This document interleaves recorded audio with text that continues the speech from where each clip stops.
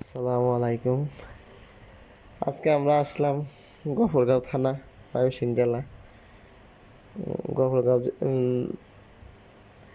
স্টেশনে আসলাম আর কি। ওইটা ঢাকা ঢাকা যাবে আর কি, ময়মনসিংহ থেকে ছেড়ে আসছে তিস্তা এক্সপ্রেস। আমরা অনেকক্ষণ দেখলাম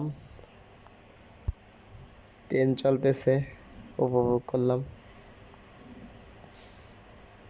তারপরে স্টেশনের চতুর্দিক দিয়ে একটু ঘুরলাম,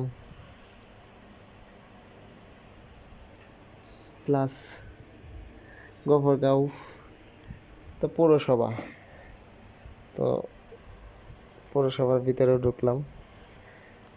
গফরগাঁও মোটামুটি উন্নত আছে, ময়মনসিংহ জেলার মাঝে উপজেলা গফরগাঁও ভালোই উন্নত আছে। আমরা ঘুরলাম, দেখলাম, প্লাস ড্রোন দিয়ে পাখির চোখে দেখার চেষ্টা করলাম। ভালোই দেখা গেল। তারপরে সন্ধ্যা হয়ে গেছে, আমাদের একটু দেরি হয়েছে অন্য জায়গাতে যাইতে যাইতে ওখানে। তারপরে ফুল পৌরসভাটা দেখানোর চেষ্টা করেছি পাখির চোখে।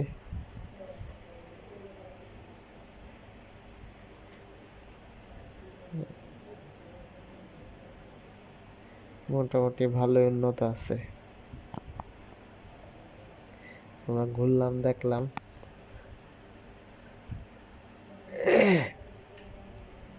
ওটা আমরা স্টেশন থেকে ড্রোনটা উপরে উঠাইছি, মোটামুটি ওই দিক দিয়ে যায় নাই, কাছাকাছি রাখলাম, স্টেশনের সাথে রাখলাম। তারপর ট্রেনের দিক দিয়ে ঢাকার তো সব ট্রেন গফরগাঁও হয়েই যায়। মোটামুটি অল্প সময় পর পর ট্রেন। আর্জেন্টিনার পতাকা উঠতেছে, কিন্তু কাপ তো নিতে পারে নাই, ওইটাই আর কি। ফুটবলের দিক দিয়ে বাংলাদেশে ব্রাজিল আর্জেন্টিনায় বেশি। এই এই 4 বছর পর আবার খেলা হবে, দেখা যাবে কে কাপ নেয় পরের বার 30-এ। দেখি, আমরাও যদি বেঁচে থাকি অবশ্যই দেখব।